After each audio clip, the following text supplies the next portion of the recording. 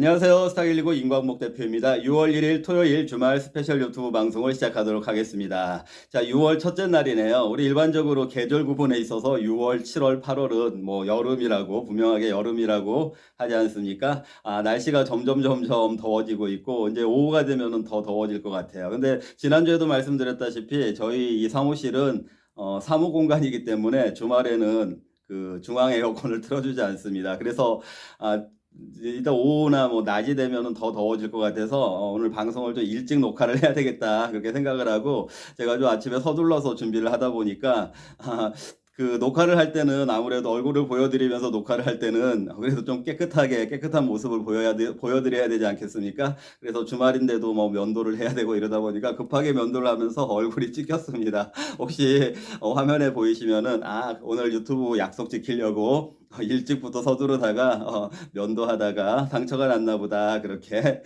이해를 해주시면 좋을 것 같습니다.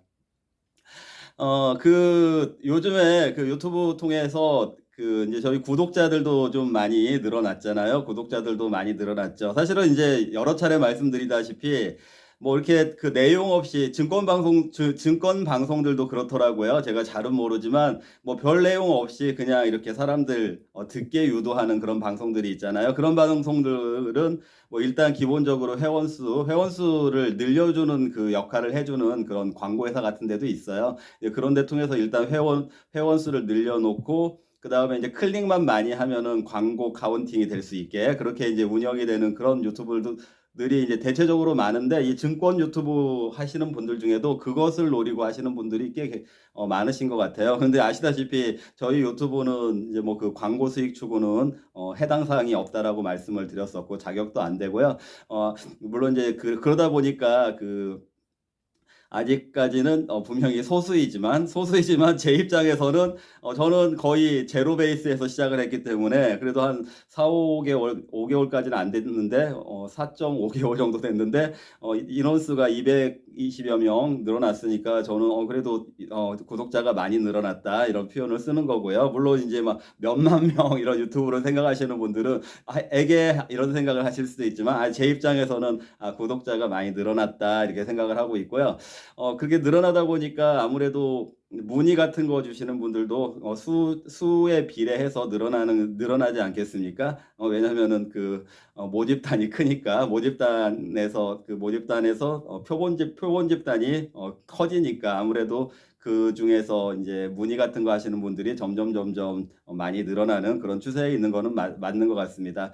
근데 요즘에 그 문의하시는 분들 중에서 문의도 문의지만 고맙다고 하시는 분들이 많이 계세요. 이제 그 대표적인 종목들 여러분들 뭐 코스닥에 많이 아시겠지만 제가 뭐 작년 가을부터 해서 또 계속 해가지고 카나리아 그 탄광의 카나리아처럼 경보음을 이용합니다 하고 경보음을 계속 해가지고 이제 날려드렸던 종목이 에코프로 아닙니까? 에코프로가 이제 130만 원, 140만 원, 뭐 장중에 150만 원까지도 갔었을 때부터 50만 원 이하까지 가야 된다라고 1차적으로 그때 이제 굉장히 큰 경고음을 날려드렸었고 그게 이제 50만 원도 또 살짝 붕괴가 됐죠. 자, 근데 물론 그 과정 중에 저도 이런 말씀 드렸었어요. 그 뭐냐면 50만 원 왔다가 다시 뭐 6, 70만 원 이렇게 올라간다. 그거는 그 당시에 에코 머티리얼즈 그 새끼 상장이 남아 있었기 때문에 어느 정도 이렇게 그 에코 프로 그 그룹이 이렇게 완전히 그때부터 무너져 버리면은 마지막에 상장해야 되는 에코 머티리얼 그 종목의 상장에 흥행할 수가 없으니까 주가를 어느 정도 유지를 해줘야만 그게 성공할 수가 있으니까 그 당시에 그래도 한 7, 80만 원 정도까지는 다시 반등을 하지만 다시 40만 원대 50만 원 이하로 떨어질 거다라고 그렇게 말씀을 드렸었고요. 여기까지는 이제 올 초 정도에 말씀드렸던 내용. 물론 이제 그때는 이제 제가 또 2차 전지에 대해서 굉장히 부정적인 올해 상반기에는 2차 전지는 지옥을 가게 된다라고 말씀드렸고 뭐 실제적으로 엔솔 이런 거 어떻습니까? 35만 원도 전저점마저도 지금 다 붕괴되고 있지 않습니까? 이렇게 지옥을 가고 있는 그런 추세 중에서 에코프로도 이제 에코프로가 대장주였기 때문에 대장주 역할을 했기 때문에 대장주였다기보다는요. 그 역할을 했기 때문에 이제 그 하락하는 것도 선도를 하고 있는 그런 모습인데 근데 중간에 이런 말씀드렸잖아요. 에코프로가 뭐 이전 상장 코스피로 이전 상장을 한다라든지 그다음에 또 액면 분할 했잖아요. 액면 분할 했고 이제 액면 분할 해가지고 재상장했고 그다음에 또 뭐 이런 얘기도 있었잖아요. 또 중간에 무슨 저기 어쨌든 그 전지가 리튬 쪽이니까 리튬 광산 산업에 투자 막 이런 얘기 막 그런 별 얘기를 다 내놓는다고 하더라도 별 얘기를 다 내놓는다고 하더라도 그리고 에코 저기 한 종목 같은 경우에는 이제 MSCI 편입되는 막 그것도 부각시키려고 했던 부분도 있었지만 제가 그때도 MSCI 편입이 된다 한들 그 종목이 우리나라 그 코스피 200 말씀드리는 거예요. 그 안에서 MSCI에 편입이 된다고 한들 주가는 많이 올라가지 못하고 다시 추세적으로 하락하게 된다. 이런 부분들이 다 이제 그 맥락이 이어지고 있는데 제가 지금 이제 에코프로를 또 다시 한번 이렇게 까듯이 얘기를 하는 이유가요. 이번에 이제 지금 여러분들이 저한테 고맙다고 하시는 분들은 관심 있게 보시니까 고맙다고 하시는 분들인데 제가 이제 에코프로 이제 뭐 50만 원이라고 하면 액면 분할을 해서 10만 원이 되는 거잖아요. 이제 5대 1 액면 분할을 했으니까 50만 원이었다면 10만 원이 되는 건데 근데 제가 그 당시에 이제 액면 분할 발표했을 때 30만 원까지 빠진다라고 말씀드렸잖아요. 30만 원대까지 빠진다라고 한다면은 지금 액면 분할한 가격으로는 10만 원에서 9만 원, 8만 원, 7만 원, 6만 원까지 무너지면은 6 곱하기 5 하면 30만 원이니까 결국 6만 원대까지 빠질 거다 이렇게 말씀을 드렸었죠.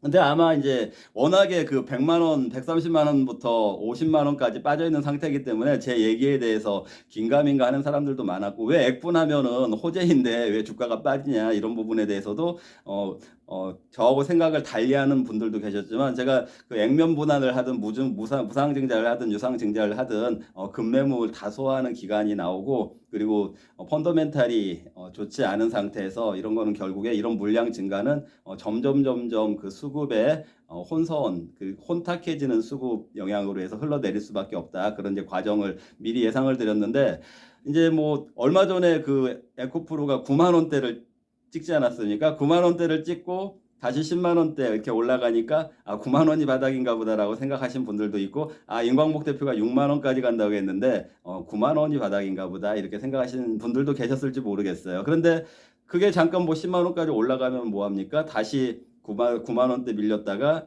며칠 전에 또 8만 원대 찍지 않았으니까 8만 8천 원. 8만 8천 원 찍었으니까 결국에는 이제 44만 원까지 떨어진 거죠. 40만 원대 중에서도 초반까지 떨어진 거잖아요.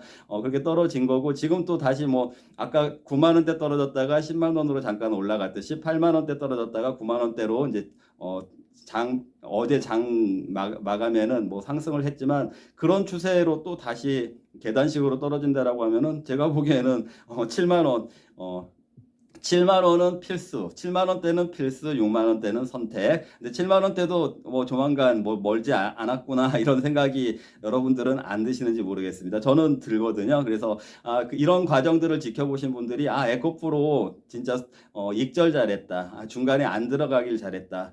정말 조심하길 잘했다. 이런 고맙다라는 제가 연락들을 많이 받고 있는 종목이 에코프로입니다. 그래서 그 부분을 다시 한번 정리를 해드렸고 많이 떨어진 것 같지만 그리고 또 이제 8만 원대 찍고 장마판에 9만 원대로 반등을 했지만 그런 계단식 하락이 아직 진행 중이니까 조심하셔야 된다. 이 말씀 다시 한번 강조를 해드립니다. 그리고 이제 에코프로가 뭐 100만 원대에서 90만 원, 80만 원, 70만 원. 그럼 앞자리가 9, 8, 7, 6, 5, 4, 3 이렇게 바뀌는 거잖아요. 자, 여기 제가 저번에 또 이거 가지고 한번 장난쳤었는데 이런 거는 조금 다르긴 하지만 일반적으로 여러분들 막 뭐 인물 같은 거 가지고 이렇게 캐릭터처럼 만들어 놓은 거를 피규어라는 말 아시죠? 피규어라고 하는데 이런 것도 뭐 일종의 피규어라고 할 수 있겠죠. 이게 특징화를 시켜 가지고 만들어 놓은 거니까. 근데 이 피규어가 피규어의 그런 뜻도 있지만 원래 피규어가 여러 가지 뜻이 있어요. FIGUR이잖아요. 피규어. 이게 정말 여러 가지 뜻이 있는데 근데 가장 기본적인 뜻이 숫자라는 뜻이 있거든요. 숫자. 있습니다. 그래서 우리 이제 항공 리포트 같은 데는 한국말로 나오니까 이제 그런 표현을 보기가 생소한데, 이제 외국도 이제 그 뭐 애널리스트들이 있으니까 영문 그 애널리스트 그 자료들 리포트를 보다 보면은 빅, 빅 피규어라는 말이 많이 나와요. 빅 피규어. 빅은 이제 크다라는 뜻이고, 이제 피규어는 이런 것도 피규어지만 좀 전에 숫자라는 뜻이 있다고 했잖아요. 그러니까 빅 피규어 하면은 큰 숫자라는 뜻이니까 그 얘기는 무슨 얘기냐면은 숫자의 앞자리. 그러니까 90만 원짜리가 80만 원대고 80만 원대가 70만 원대고 이렇게 하면 앞자리가 바뀌게 되잖아요. 그런 식으로 그렇게 이제 앞자리를 빅 피규어라는 말을 쓰는데, 이제 에코프로 같은 경우에는 빅 피규어가 계속 이제 적어지고 있는 그런 식으로 바뀌고 있는 그런 과정 중에 있죠. 그러니까 여러분들이 종목을 선택하실 때 가급적이면은 그 방향성이 있어서 빅 피규어가 증가하는 방향에 있는 종목을 선택하시는 것이 굉장히 중요하지 않겠습니까? 에코프로를 우리는 반면교사로 삼아야 되겠다. 이런 부분들을 다시 한번 말씀드리고요. 이제 지난주에 뭐 그 장세가 안 좋은 가운데서도 장안의 화제가 된 종목이 있죠. 장안의 화제가 된 종목이 이제 최태원 회장하고 그다음에 그 노소영 관장이죠. 노소영 관장하고의 그 세기의 이혼 소송, 이제 그 뭐라고 하죠? 1심에서는 뭐 600만 원, 600억인가 이거밖에 못 받게 이렇게 판결이 났었잖아요. 근데 거의 완패, 그 노소영 관장의 완패였는데, 이제 2심에서는 어마어마 1조 3천억 이렇게 이제 재산 분할을 해야 된다라고 판결이 나와서, 이제 SK 관련주들의 그런 이해구도상에서 여러 가지 설왕설래들이 나오고 있어요. 여러 가지 설왕설래들이 나오고 있어서, 또 그리고 이제 뭐 그 뉴스나 이런 쪽에도 보도 쪽으로 보면은 그 기자들이나 이런 분들이 경제 전문 기자가 아니기 때문에 그냥 듣고 이렇게 그대로 쓰는 기사들이 많다 보니까 좀 사실하고 다른 기사들도 많고, 그리고 너무 피상적인 내용으로 논평을 하는 그런 내용들도 있기 때문에 우리 여기 스탁119 이 채널에서 좀 그 부분을 한번 오늘은 다루어 드리면 어떨까 이런 생각을 해가지고 제가 오늘 메인 주제로 한번 잡아봤습니다. 그래서 그 부분에 대해서 그냥 어떤 그 절차나 순서 없이 제가 생각나는 대로 편안하게 한번 말씀을 드려보도록 하겠습니다. 이제 제가 그 88년도가 이제 제가 대학교 1학년 학번 88학번이라고 말씀드렸었잖아요. 88학번이었고, 그리고 88년도가 이제 노태우 대통령이 이제 대통령이 되셨었어요. 노태우 대통령이 이제 출범을 하게 됐죠. 욕공화국이라고 하는 정권이 이제 출범을 하게 됐는데, 또 이제 뭐 87년도, 지금 오늘 마침 6월 달이잖아요. 6월 달이 시작이 됐는데 5월 달도 민주화의 그 상징이 되는, 5월은 가정의 달이면서 민주화의 상징이 되는 달이기도 하지만, 또 6월 달은 보훈의 달이기도 하지만, 역시 6월 달 역시 민주항쟁의 그 어떤 상징이 되는 달이기도 합니다. 이제 6월달 민주항쟁의 그 결과로서 그 6.29 선언이라는 게 나왔잖아요. 6.29 선언, 87년도에. 그 6.29 선언이 뭐냐면, 이제 노태우 대통령이 이제 그 전두환 대통령이 어떻게 보면은 지명식으로 했잖아요. 그런데 이제 그때는 이제 대의원들이 선출하는 식으로 간접 선거 방식이었거든요. 그 대통령 선거가. 그거를 이제 국민들이 일어서니까, 그 민주항쟁이 일어서니까 6.29 선언이라는 게, 이제 노태우 이제 그 당시엔 대통령이 아니었죠. 후보 지명자로서 발표를 합니다. 그래서 뭐라고 발표를 하냐면은 직선으로 하겠다. 그냥 국민 총투표 지금 하는 것처럼 직선을 해가지고 하겠다 해가지고, 이제 그게 그 대통령 직선제로 이제 우리나라가 바뀌게 되는 그런 순간이 된 것이죠. 자, 그래서 그런 결과로 어쨌든 이제 그때 그 노태우 대통령이 그 보통 사람이라는 말, 왜냐면은 군사정부 이런 이미지를 탈피하기 위해서 자기는 보통 사람이다.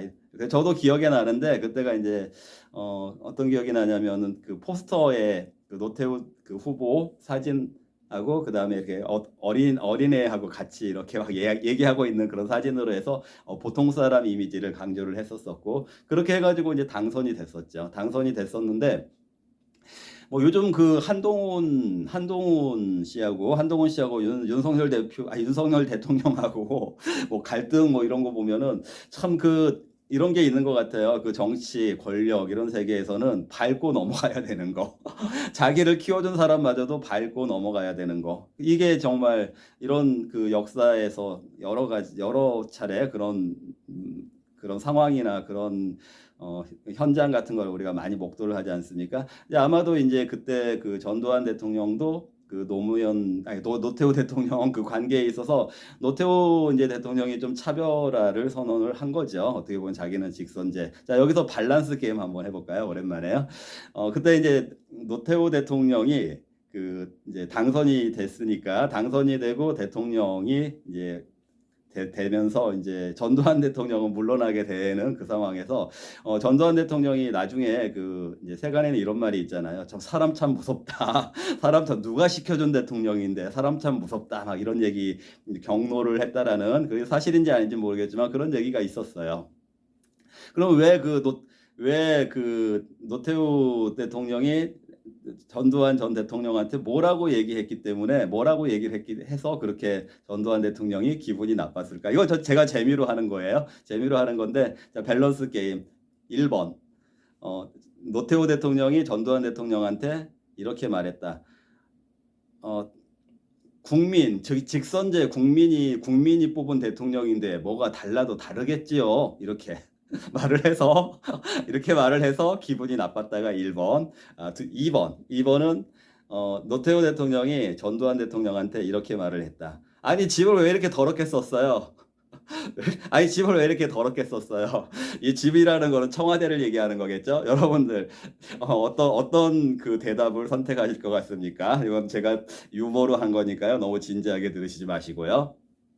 자, 어쨌거나 그렇게 돼가지고 이제 노태우 정권이 이렇게 이제 이제 출범을 하게 됐는데 그리고 나서 그 다음에 88년도니까 뭐 임기 1년 찰 거예요. 갑자기 노태우 대통령 따님이신 노소영 영예와 이제 SK 그 당시에는 SK도 아니고 선경이었죠. 선경이었던 선경의 어 이제 최종현 회장님의 장남인 최태원 그 당시에 이제 아들하고 이제 결혼을 하게 되죠. 그래서 굉장히 이제 뭐 대통령의 딸하고 결혼을 하는 거니까 이제 물론 이제 그 당시에 우리 정경유착이라고 하는 또 어떤 적폐라고 하면 적폐라고 할 수 있는 그런 해결해야 되는 아젠다가 있지만 어쨌든 이제 그렇게 이제 대통령과 재벌가의 사돈 관계가 형성이 됐습니다.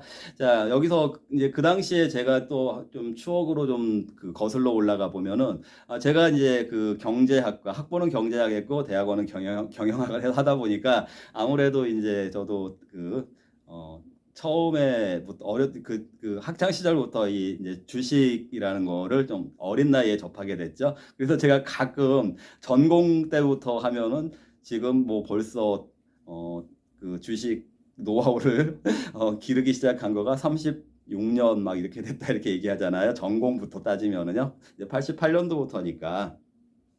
자, 그렇게 되는데 이제 저도 이제 신촌에 보면은 신촌에 그 당시에는 신촌에 뭐 현대백화점이 없었었고 뭐 그때 이제 그레이스 백화점이라는 그 자리가 지금의 현대백화점 그 자리가 생긴 거고 그리고 또 저쪽에 이제 뭐 노타리 쪽에는 또 다른 크리스탈 백화점이라고 하는 그런 이제 백화점이 있었었고 막 그런 시절이었는데 그 당시에도 이제 신촌에 몇 개의 증권사들이 있었어요. 뭐 제 기억으로는 현대증권이 있었던 걸로 알고 있고 신영증권이라는 증권사가 있었던 걸로 알고 있는데 제가 이제 89년도에 이제 처음으로 왜냐면 제가 이제 88년도부터는 저희 그러니까 88년도까지는 애들 고등학생들, 중학생들 공부 가르치는 과외가 불법이었어요. 불법이었었고, 근데 그 불법 과외가 이제 그 노태우 정권이 출범하면서 이제 그 합법으로 바뀌게 됩니다. 그러다 보니까 저도 이제 89년도부터는 애들 가르치는 일들을 좀 했었어요. 지금도 여러분들 아시겠지만 제가 좀 설명 같은 거를 조곤조곤 잘하지 않습니까? 이제 그런 소질이 있으니까 그 아이들 가르치는 그런 일을 좀 할 기회가 굉장히 많았었어요. 그러다 보니까 학생치고는 상당히 큰 소득이 있었었죠. 그 소득이 있었는데 또 한편으로는 이런 생각도 들더라고요. 뭐냐면 그 어떤 생각이 드냐면 이번에 뭐 어제 그 판결 결국에 그 재벌가의 그 판결도 판사가의 결정에 따라서 이렇게 경제가 휘청휘청하는데 그 사법고시를 합격했다라는 그 힘이 얼마나 대단한 것입니까? 정말 그 사람들이 그런 걸 판결할 만큼의 제대로 된 인성을 갖고 있는지 이런 거에 대해서는 상당히 저는 의문을 갖고 있긴 하지만요. 그런 걸 보면서 그때 그냥 과외 같은 거에서 돈 버는데 막 치중하지 않고 나도 고시 같은 거 했었으면 어땠을까? 이런 생각도 좀 가끔 해보긴 합니다. 자, 그런데 어쨌든 그때 이제 그 과외를 하다 보니까 말하자면 시드머니가 좀 생긴 거죠. 시드머니가 생겨서 이제 처음으로 이제 증권사에 객장에 가가지고 이제 그때는 이제 그 홈 트레이딩 이런 게 없었을 때니까 직접 그 객장에 가가지고 주문을 넣어야 됐어요. 실제적으로 이렇게 그 뭐 저희 이렇게 사무실 이렇게 공간 같은 그 지점이 있다면은 중간쯤에 그 여직원이 이렇게 부스 같은 걸 만들어 가지고 그 부스에 앉아 있어요. 근데 거기에서 종이에다가 다 써가지고 무슨 종목 얼마 매수 이렇게 하면은 그 종이 받아가지고 그분이 직접 이렇게 이제 단말기에서 입력을 하는 그런 형태의 정말 이제 지금 생각하면 상상이 안 되는 그런 시대였죠. 이제 그때 제가 이제 제 수준에서 만들어진 시드를 가지고 종목을 하나 선택을 했는데 종목 아무것도 아는 게 없으니까 그냥 전광판 쫙 보니까 아는 종목이 딱 하나 딱 눈에 띄는 종목이 있더라고요. 그게 뭐였냐면은 모나리자 화장지 쓰니까 저 모나리자라는 종목이 딱 아는 종목이어가지고 그날 첫 매매 종목으로 제가 모나리자를 사려고 모나리자 적어가지고 그 여직원한테 이렇게 종이를 건네줬다가 빠꾸를 맞았습니다. 근데 뭐 제가 사고 싶으면 사는 건데 그분이 뭐라고 하면서 빠꾸를 했냐면은 이런 종목 사면 나중에 팔기 어려워요. 이러면서 주문을 안 넣어주고 다른 거 가져오라고 하는 거예요. 그래서 이제 제가 그 모나리자 그래요? 이러면서 그 모나리자를 이제 주문을 못 넣고 다시 막 이렇게 전광판 보면서 그냥 골라봤죠. 골라봤는데 사실 찍은 거죠. 근데 이제 제가 첫 종목으로 찍은 종목이 대유통상이라는 종목이었어요. 대유통상. 근데 그 대유통상이 사실은 뭐 제법 수익이 났어요. 그냥 아무 생각 없이 샀는데. 근데 그러다 보니까 여러분들도 주식 처음 하면 대부분 다 수익 납니다. 그 재미로 주식했다가 손실 보고 막 깡통 차고 이렇게 되는 거니까. 저도 그때 처음 매매가 정말 아무 생각 없이 뭐 분석 같은 거 없이 했는데 수익이 났어요. 제법 수익이 났었어요. 그러니까 이제 그때 그 재미로 인해서 지금까지 여기까지 온 거 아니겠습니까? 자, 그런데 그 대유통상 얘기했으니까 잠깐 여러분들 어차피 이게 주식 방송이니까 여러분들도 좀 행간 또 이제 중간중간 이렇게 좀 알아두면 좋으실 만한 내용들을 제가 넣어드리면 좋으니까 대유하면은 알파벳 이니셜로 하면은 DY잖아요. 맞죠? DY. 자, 그러니까 요즘에 그 종목들 이름들이 되게 많이 바뀌어가지고 없어졌다라고 생각하는 종목들이 사실은 이름이 바뀌어가지고 있는 종목들이 있어요. 그래서 코스피 이런 쪽에 보면은 DY가 들어가는 알파벳으로 DY가 들어가 있는 그 종목 이름들은 옛날 그 대유통상 있던 그 대유그룹 관련주구나 이렇게 한번 생각을 하고 접근을 해보시는 게 좋아요. 그때 그 종목이었나 보다. 새로 DY라고 하는 처음 보는 종목인데 새로 생긴 종목인가 이렇지 않을 수도 있다라는 거. 뭐 비슷한 게 또 DL이라는 게 붙어 있는 회사는 여러분들 또 DL은 어디겠어요? 대림이 DL. 뭐 현대가 이제 HD 쓰는 것처럼. 근데 이런 거에 있어서도 원조격이 사실은 아까 말했던 SK 아니겠습니까? SK가 원래 선경이었잖아요. 굉장히 기업 이미지가 좋았죠. 장학기주도 했었었고 교복 만드는 회사니까. 그래서 그 당시에 기업 이미지 좋은 회사 1위 하면 선경이었던 기억이 있어요. 이제 지금으로 따라 말하자면은 ESG죠. ESG 소셜 이런 그 장학 사업 같은 거를 많이 했었으니까 좋은 이미지였죠. 자, 그런데 이제 어쨌거나 그렇게 해가지고 이제 그 대통령하고 이제 재벌가하고 이제 사돈이 됐고, 이제 그 과정 중에 이제 SK가 한국이동통신 SK텔레콤을 얻게 되죠. 자, 그런데 그 한국이동통신이 예전에 생각해 보시면은 예전에 자동차에 카폰이라는 거 있었잖아요. 이제 그 카폰 수준의 이동통신을 했던 것이 한국이동통신이라고 생각을 하면 되는데, 이제 그게 노태우 정권에서 이제 그게 이제 뭐 이렇게 준비 과정이 있었었고, 실제적으로 김영삼 정부에서 이제 SK 기업 공개를 하는 거죠. 한국이동통신을 민영화를 시키는 건데, 그 민영화를 이렇게 할 만한 데를 이렇게 물색을 하다 보니까 자꾸 SK가 이제 선경이 자꾸 이제 거론이 되다 보니까 김영삼 대통령도 어쨌든 이제 군사 정권에서 문민정부로 넘어간 거니까 이제 그런 반감이 있었던 거죠. 그 정권에서 굉장히 거부를 했던 거예요. 그래서 이제 성경에서 줄 수 없다라고 이제 김영삼 대통령이 경로를 하면서 그 공을 어디에다 던졌냐면은 전경련에다가 던졌습니다. 제가 근무했던 전경련에다가 그 공을 던진 거예요. 그럼 전경련에서 결정해라 이렇게 돼버린 거예요. 자, 근데 너무 웃긴 것이 전경련에서 결정을 하라고 했는데 정경련 회장이 그 당시에 SK 선경의 최종현 회장님이셨으니까 이것도 말이 안 되잖아요. 그러니까 최종현 회장님은 어떻게 그게 모션이 된 거든 뭐가 된 거든 모르겠지만 그럼 자기 안 한다고 막 자꾸 그렇게 하셨어요. 그냥 SK텔레콤 그러니까 말하자면 그냥 한국이동통신 민영화 인수 안 하겠다라고 이제 계속 버티셨어요. 사실은요. 버티셨는데 정경련에서 이제 계속 회장이니까 뭐 이렇게 뭐 이제 밀어주는 분위기도 있었겠죠. 그런데 이제 내가 정경련 회장인데 내가 그걸 가져오면 내가 뭐 요거도 먹고 뭐 이 정부에 뭐 이렇게 그런 이제 좌시하지 않을 수도 있고 막 이런 부분들이 있으니까 그래서 일단 뭐 겉의 모습으로는 이동통신을 안 가져가겠다라고 이제 계속 그렇게 했는데 그러다 보니까 그걸 공개 입찰 방식으로 바꾸게 된 거예요. 공개 입찰 방식으로 바꾸다 보니까 그게 뭐 그냥 이렇게 비민영화가 되기 전 상태에서 주가가 뭐 한 8만 원 정도 이렇게 평가가 됐던 거를 SK 이제 선경에서 30만 원대로 해가지고 입찰을 통해 가지고 인수를 하게 된 거죠. 그러니까 그게 이제 뭐 대통령의 사위였으니까 사돈이었으니까 또는 뭐 전경련 회장이었으니까 그냥 쉽게 가져온 것만은 아니다. 어느 정도 대가는 지불하고 가져왔다. 자, 이제 SK가 지금 막 계속 재판 최태원 회장과 노소영 과장 재판에서 이제 화두가 되는 거잖아요. 그렇게 크게 되는 기여를 노수영 대통령 쪽에서 했다. 뭐 300억 비자금을 줬다. 막 이런 얘기가 나오면서 이번에 2심에서 그걸 인정을 해가지고 반띵을 해라. 재산 반띵을 해라. 이렇게 이제 판결이 나온 거 아니겠습니까? 자, 그런 이제 배경을 갖고 있는 그런 것들 여러분들이 이제 조금 이해를 하셔야 되고 또 관련해서 여러분들이 이제 주식하시는 분들로서 아셔야 되는 것들.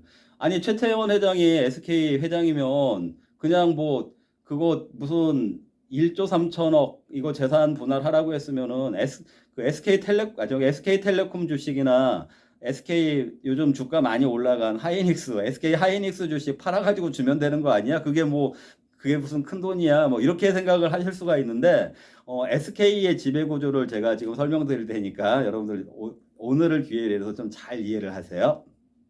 자, SK 하이닉스가 있잖아요. SK 하이닉스의 주식을 많이 가지고 있는 대주주가 최태원 회장이 아니고 SK 하이닉스의 대주주는 SK 스퀘어라고 하는 회사예요. 그러니까 만약에 SK 하이닉스 주식을 처분을 하면은 그 돈은 SK 스퀘어로 들어가게 되는 거예요. 그러니까 최태원 회장이 자기 개인 재산으로 쓸 수가 없는 거죠. 자, 그러면 SK 스퀘어라는 회사를 주식을